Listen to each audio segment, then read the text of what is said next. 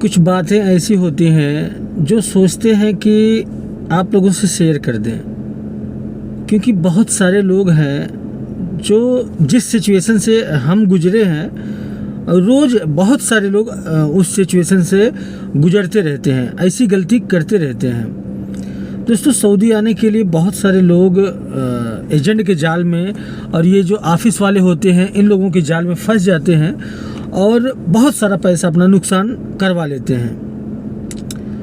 क्योंकि मुझे तो सब कुछ पता था, तो पूरा A to Z मैं बताऊंगा कि किस तरह से मेरे हज़ारों रुपए इस तरह नुकसान हो गए सिर्फ भरोसे में। मुझे सब कुछ पता था और मैं काफ़ी दिनों से काम करवा रहा था।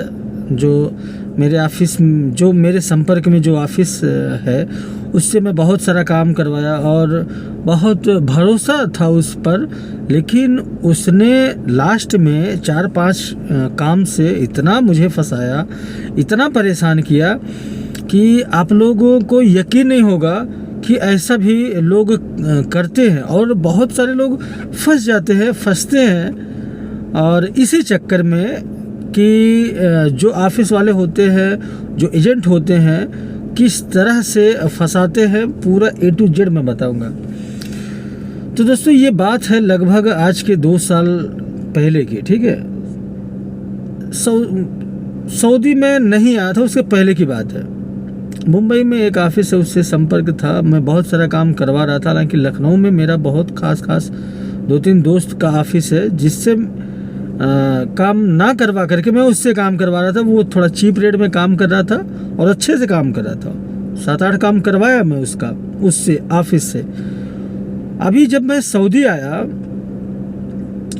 तो क्या हुआ कि देखिए, प्रॉब्लम क्या होता है कि ड्राइविंग का जो वीज़ा होता है उसमें खुद का वीज़ा रहता है, इसलिए फंसाने का कोई मतलब होता नहीं। लेकिन फिर भी मैं कैसे फंसा, मैं आपको पूरा क्लियर से बताऊंगा। जो कंपनी का वीज़ा होता है, जैसे अब हमें किसी को बुलाना है, ठीक है, किसी ने हमसे कहा कि भाई हमको सऊदी बुला लो, तो कंपनी का जो वीज़ा है वो हैंड टू हैंड नहीं मिलेगा, वो किसी ऑफिस से ही मिलेगा, ठीक है। तो किसी ऑफिस पे बात आप करेंगे, ऑफिस वाला ठीक ठाक रहेगा तब तो ठीक है, नहीं ठीक ठाक रहेगा तो कैसे आपको फंसाएगा, मैं उसी बारे में आपको पूरा क्लियर से बताने की कोशिश कर रहा हूँ, ताकि आप लोग समझें। अगर इस वीडियो को देख लिए पूरा ना, तो मैं गारंटी देता हूँ आप लोग कभी फंस ही नहीं सकते हो। मैं लास्ट में वो भी बताऊंगा कि आप लोगों को करना क्या चाहिए और क्या नहीं करना चाहिए।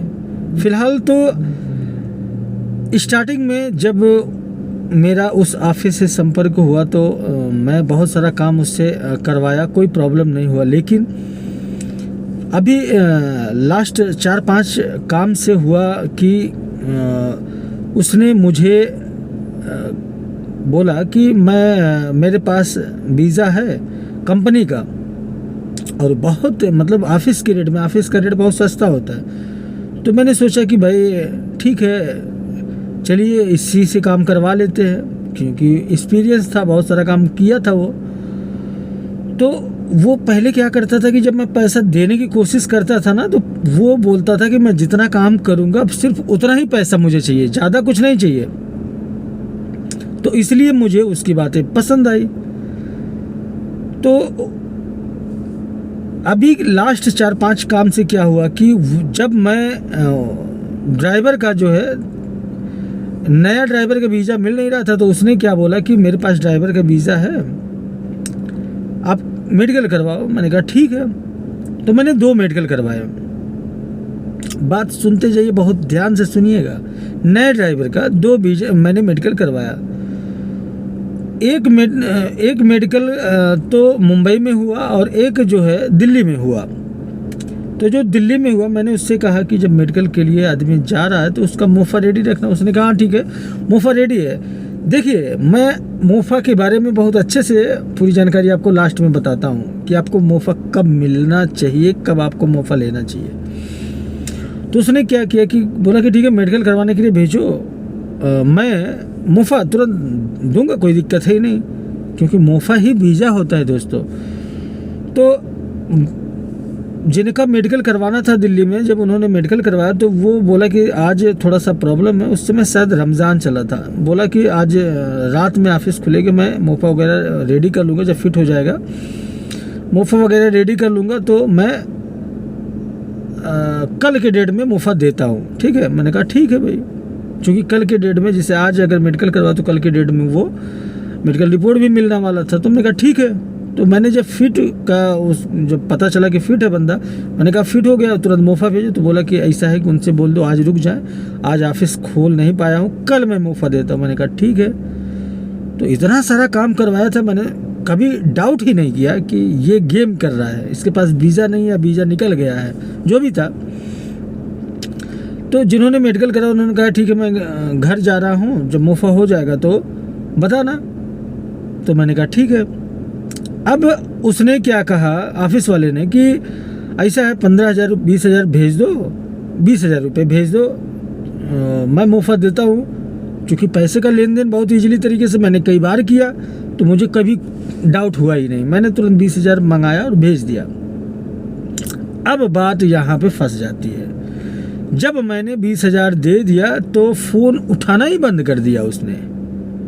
उसके बाद मैं कंटिन्यू फ़ोन कर रहा हूँ, तो लगभग 3 4 5 दिन हो गया, 1 हफ्ते धीरे धीरे गुजर गया, फ़ोन ही नहीं उठा रहा है, रिप्लाई ही नहीं दे रहा है। उसके बाद रिप्लाई दिया तो बोला कि ठीक है मैं कल मुफ्त देता हूँ। तो जैसे आज बोला कल मुफ्त देता हूँ, तो आज ही के डेट में जिन्होंने मेडिकल करवाया था उन्होंने कहा कि ऐसा है मुझे अब नहीं जाना है, घर वाले उनके घर में कोई प्रॉब्लम वगैरह जो भी रहा होगा, तो उन्होंने कैंसिल कर दिया।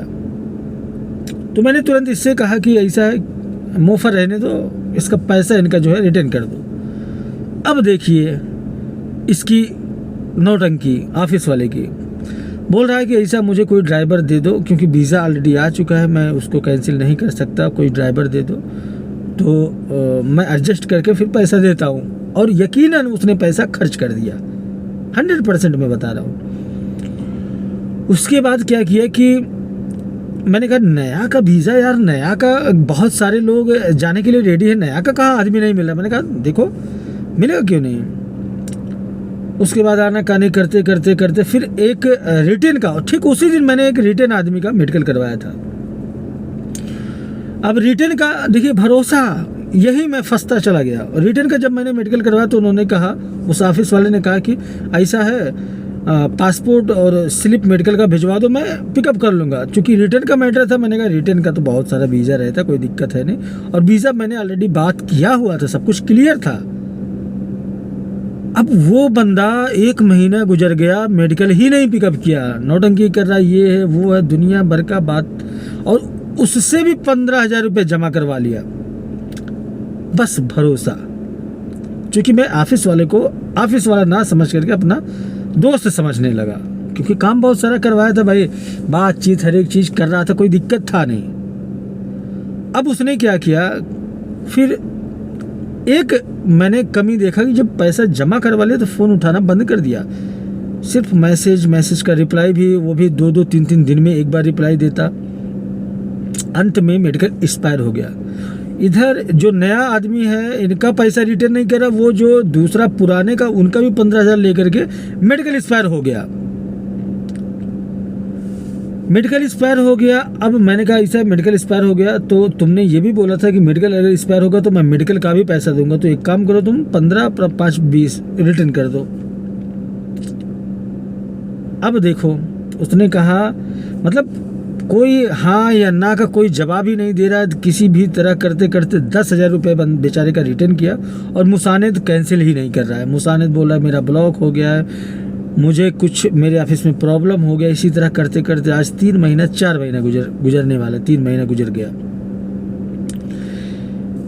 मतलब अब उसी ऑफिस से मैं अपने भाई का काम करवाया, उसी ऑफिस से मैंने अपने भाई का भी काम करवाया, और जब मैंने अपने भाई का काम करवाया ना, तब जाके मुझे यकीन हो गया कि ये बंदा अब जाके बदमाशी कर रहा है मेरे साथ। क्योंकि उसने फ्लाइट जो है लखनऊ से देने के लिए बोला था, और मैंने उससे ये भी बोला कि जो एक्स्ट्रा पैसा लगेगा फ़्लाइट का मैं दूंगा, कोई दिक्कत नहीं है, अब उसने पता नहीं क्या मैटर कि वो मुंबई से टिकट निकाल के भेज दिया, बोला कि फला डेट को मुंबई भाई को पहुंचाओ अपने। मैंने कहा यार, अब आप लोग सोच रहे होंगे कि इतना सब कुछ हो रहा है तो मैं कोई एक्शन क्यों नहीं लिया, इसके बारे में मैं आगे बताऊंगा क्यों नहीं लिया। मैंने कहा ठीक है भाई, मेरी प्रॉब्लम है। मैं तुरंत भाई को अपने मुंबई भेजा, सारा काम हुआ, आ गया सऊदी, कोई दिक्कत नहीं, ठीक ठाक से रह रहा है, काम कर रहा है। तो अब उसमें एक प्रॉब्लम और होता कि उसके यहाँ जब मैं बंदा भेजता तो वो एग्रीमेंट के नाम पे 1000-2000 ले लेता, जो आदमी मैं भेजता। यहाँ तक कि मेरे भाई से भी एग्रीमेंट का 1000 रुपये मांग लिया। मैंने कहा किस चीज़ का एग्रीमेंट भाई, वीज़ा मैंने दिया तो एग्रीमेंट किस चीज़ का? तो बोला कि ऑफिस से एग्रीमेंट बनता है। मैंने कहा ये सब बकवास बाजी मत कर, मैं बताता हूँ। उसके बाद फिर मैंने, भाई का मैटर था इसलिए कुछ नहीं बोला, फिर भाई आ गया, कोई दिक्कत नहीं हुआ। मतलब जितना मैंने काम करवाया, हर आदमी के पीछे एग्रीमेंट के नाम पे 1000-2000 ले लेता। अब प्रॉब्लम क्या होता कि उस टाइम वो पैसा मांगता, सारा काम ओके है, बस फ्लाइट होने वाली है, लगभग 6 घंटा 7 घंटा फ्लाइट का टाइम बचा हुआ है, ऑफिस पे पासपोर्ट और टिकट देने के लिए बुलाता, तब वहीं गेम करता, वो वहीं पैसे की डिमांड करता। अब आप लोग सोच रहे होंगे कि मैंने बोला कुछ क्यों नहीं।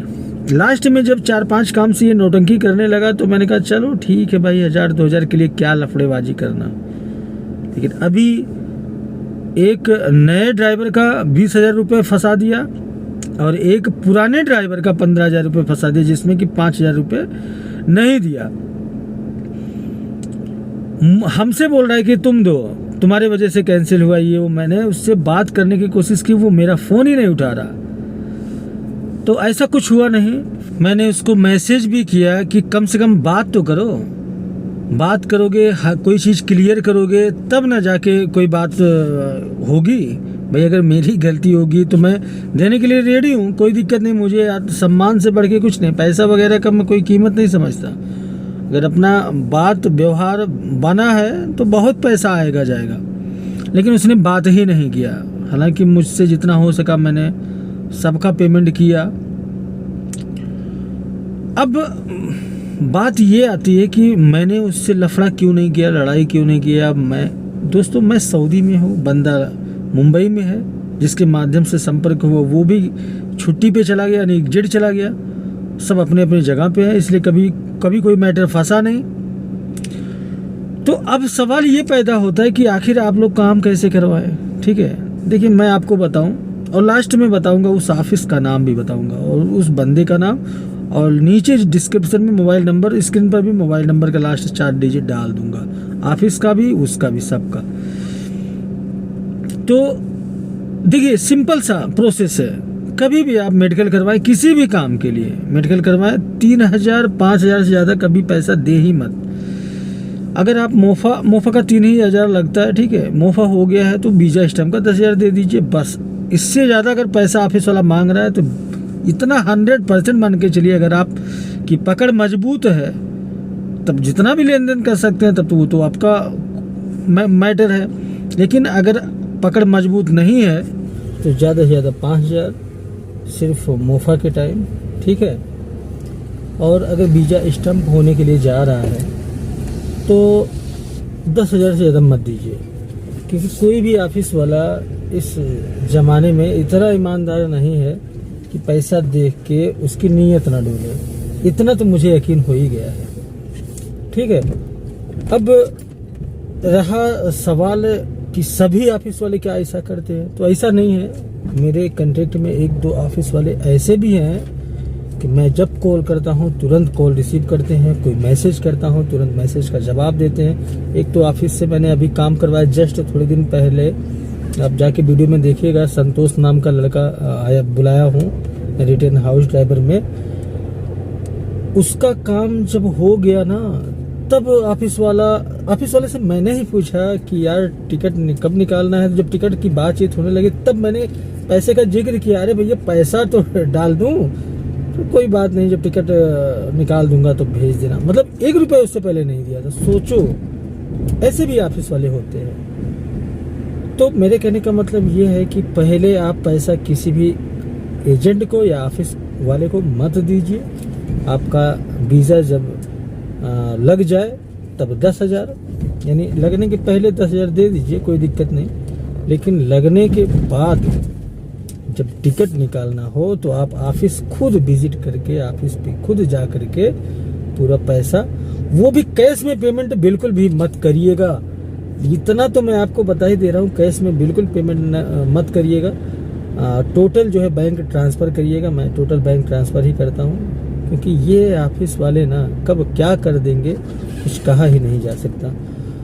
तो वीडियो के आखिरी में मैं उस एजेंट का या ऑफिस वाले का जो भी है उसका नाम बता दूं। सलीम नाम है, लास्ट में नंबर ये जो है स्क्रीन पे आप देख ही रहे हैं, और उसके ऑफिस का नाम है अल यमामा इंटरप्राइजेस।